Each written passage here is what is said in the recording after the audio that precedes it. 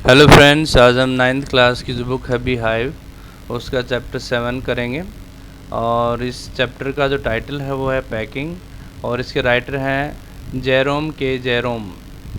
तो जेरोम जो हैं इसके राइटर हैं। इस कहानी के अंदर ये जो कहानी है पैकिंग, ये three man in A boat novel से ली गई है। और इस कहानी के अंदर थ्री फ्रेंड्स होते हैं, एक का नाम हैरिस होता है, एक का नाम जॉर्ज होता है, और एक ये खुद जो नरेटर है, जो राइटर हैं, खुद होते हैं। और ये क्योंकि अपनी जो नॉर्मल ज़िंदगी थी उनसे ये थोड़ा सा ऊब जाते हैं, ठीक है।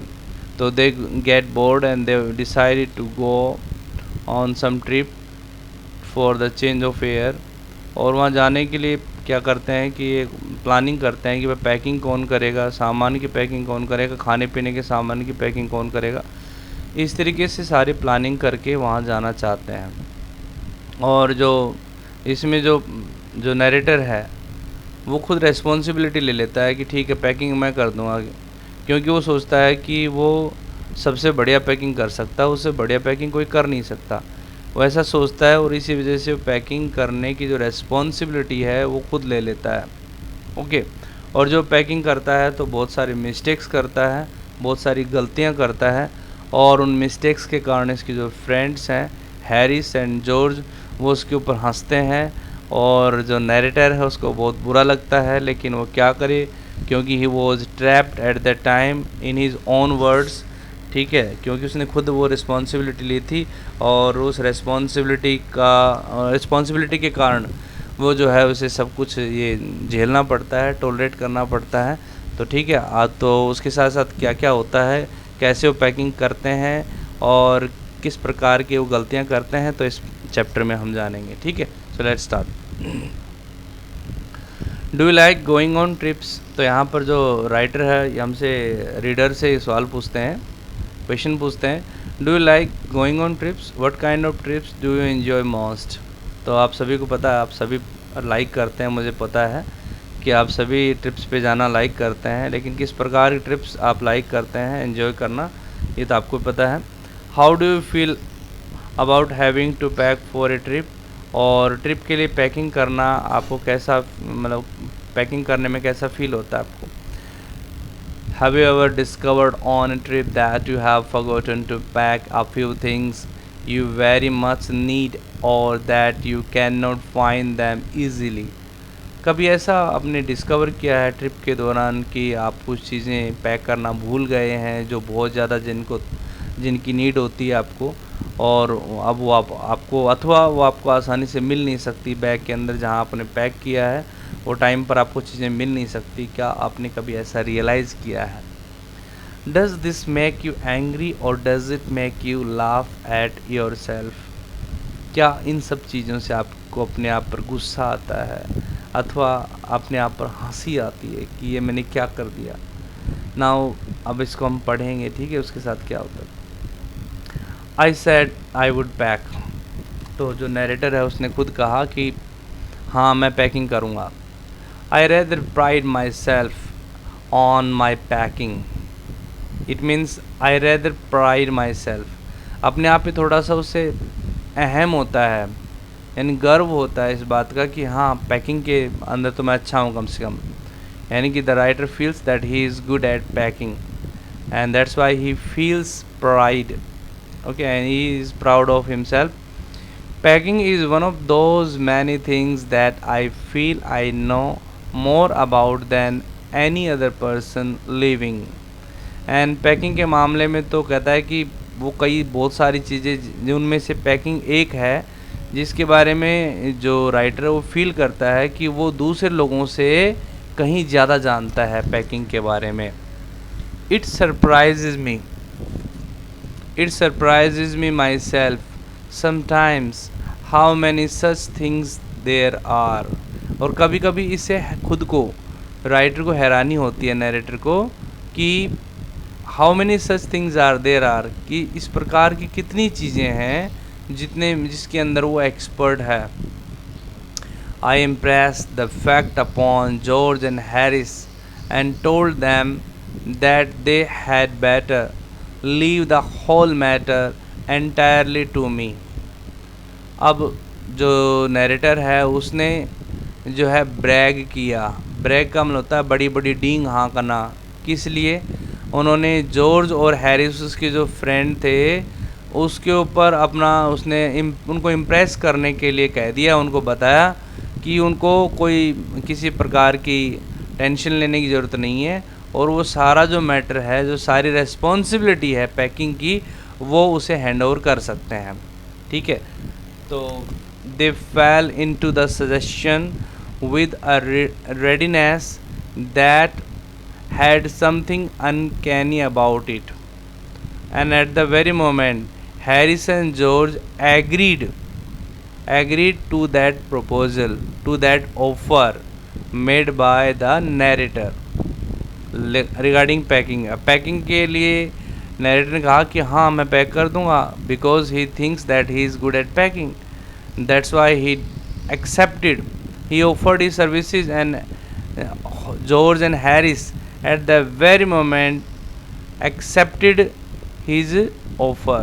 उसने कहा ठीक है आप कर लेना packing. And that was little bit uncanny. Uncanny का मतलब strange, weird about it.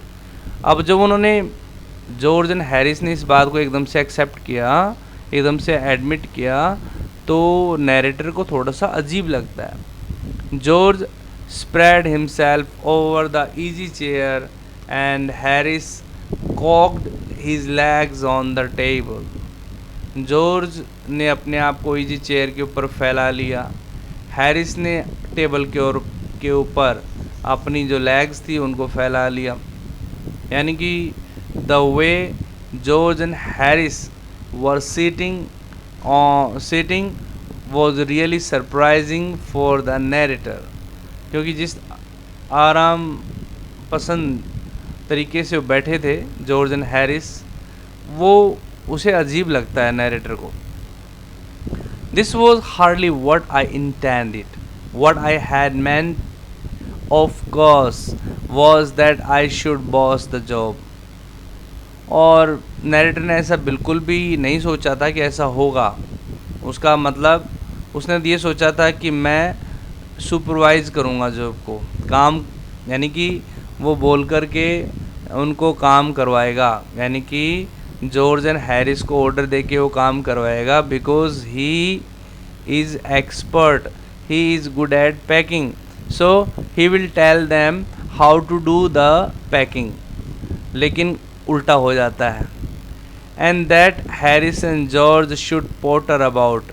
So potter about means do some unimportant things, potter about under my directions, I pushing them aside every now and then with, oh you, here let me do it, there you are, simple enough, really teaching them, as you might say, they are taking it in the way। It means the narrator was in the impression that he would tell George and Harris about packing, he would give them instructions, and every now and then he will push them, saying that, oh you don't know anything about packing, let me do it।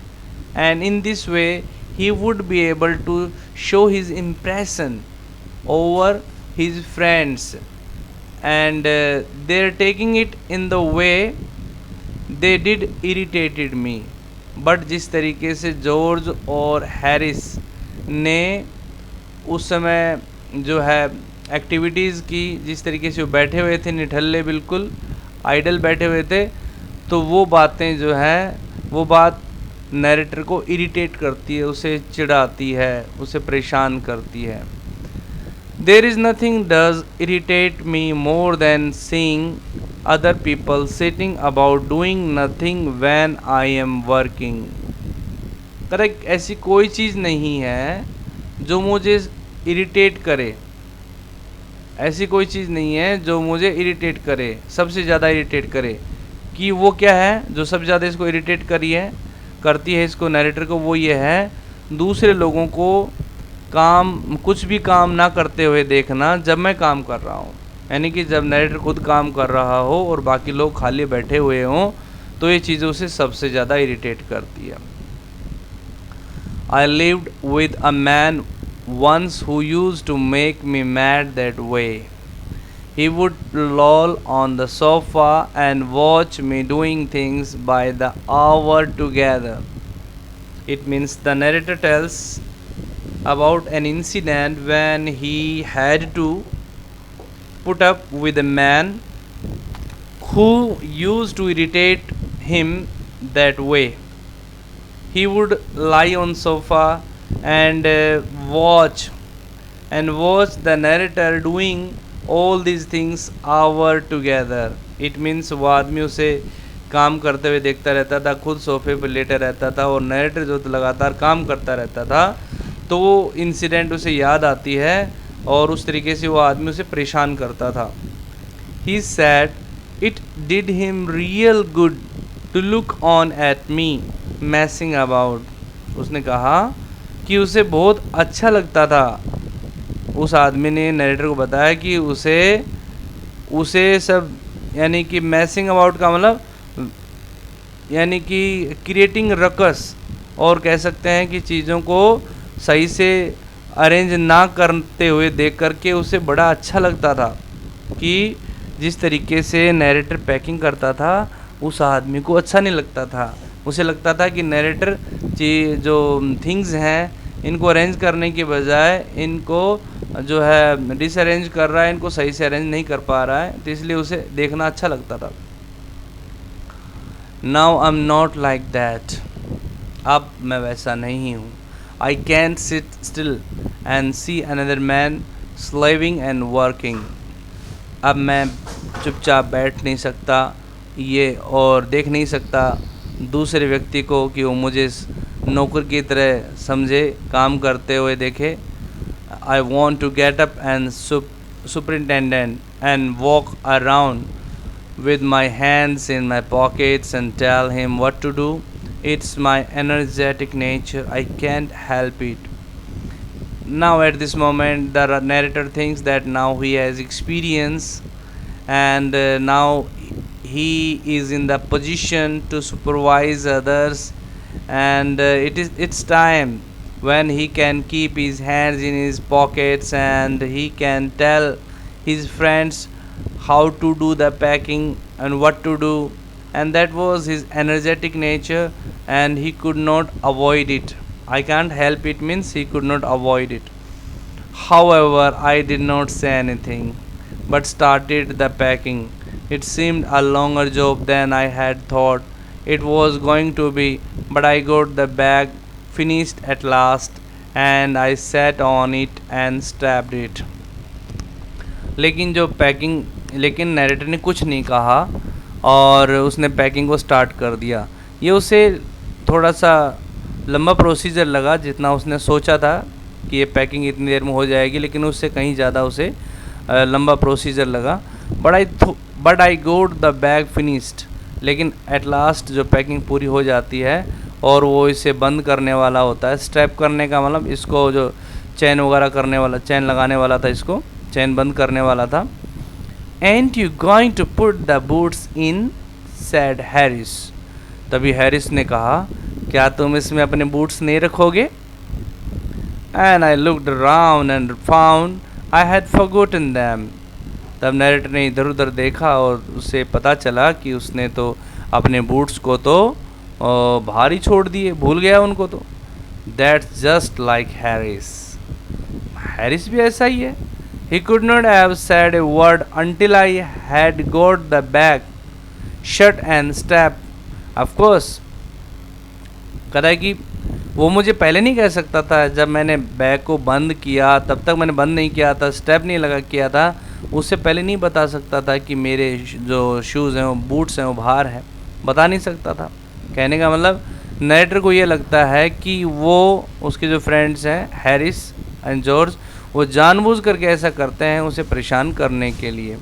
And George laughed, और तभी George जो हंसने लगता है। One of those irritating senseless laughs of his, they do make me so wild. और जिस तरीके से the way George was laughing was really irritating to the narrator because that was senseless laughs to him, and they made the narrator wild, violent. I opened the bag and packed the boots in, and then, just as I was going to close it, a horrible idea occurred to me. And the narrator again opened the bag, packed the boots in, and when he was going to close it, suddenly a horrible idea occurred to him. Suddenly उसे realize हुआ, had I packed my toothbrush? I don't know how it is, but I never do know whether I have packed my toothbrush. Suddenly जो narrator उसे लगा कि क्या उसने अपने toothbrush को पैक कर दिया है। फिर वो खुद कहता है कि उसे नहीं पता कि वो कभी जान भी नहीं पाएगा कि उसने अपनी टूथब्रश को पैक किया या नहीं किया, क्योंकि every time he forgets about his toothbrush. My toothbrush is a thing that haunts me when I am travelling and makes my life a misery. So here the narrator admits the fact that he is very much conscious about his toothbrush, and he keeps on thinking about his toothbrush all the time, and such type of things activities make the narrator's life a misery. I dream that I haven't packed it and wake up in a cold perspiration, and even in his sleep he dream about his toothbrush and suddenly wakes up and find himself sweating and get out of bed and hunt for it, and he jumps out of bed and starts searching for his toothbrush. So this is the condition with the narrator when he forgets his toothbrush, and here we can understand that how much conscious he is about his toothbrush. And in the morning I pack it before I have used it, and sometimes it happens with him that he packs his toothbrush in bag before he used it and have to unpack again to get it, और फिर इसे दोबारा से bag को खोलना पड़ता है, unpack करना पड़ता है इसे निकालने के लिए। And it is always the last thing I turn out of the bag, और ये लास्ट थिंग होती है जो बैग से निकलती है। कहने का मतलब वो उस टूथब्रश को निकालने के चक्कर में सारी चीज़ों को अस्त व्यस्त कर देता है। And then I repack and forget it, फिर इसे दोबारा से पैकिंग करनी होती है और इसे भूल जाता है। And have to rush upstairs for it at the last moment and carry it to the railway station wrapped up in my pocket handkerchief.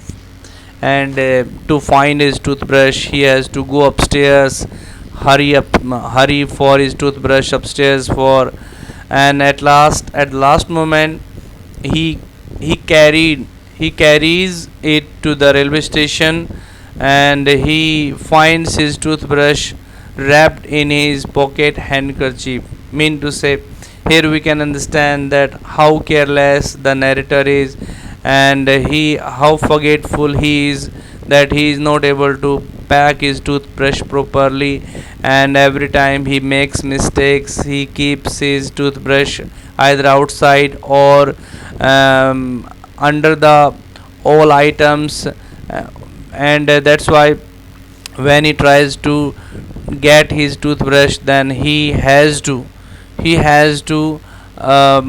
mismanage all these things once more, and again he has to repack the things.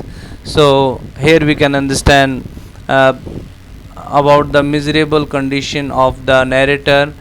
Although he thinks that he is good at packing, but still we can understand that what is his proficiency in packing, and how much expert he is.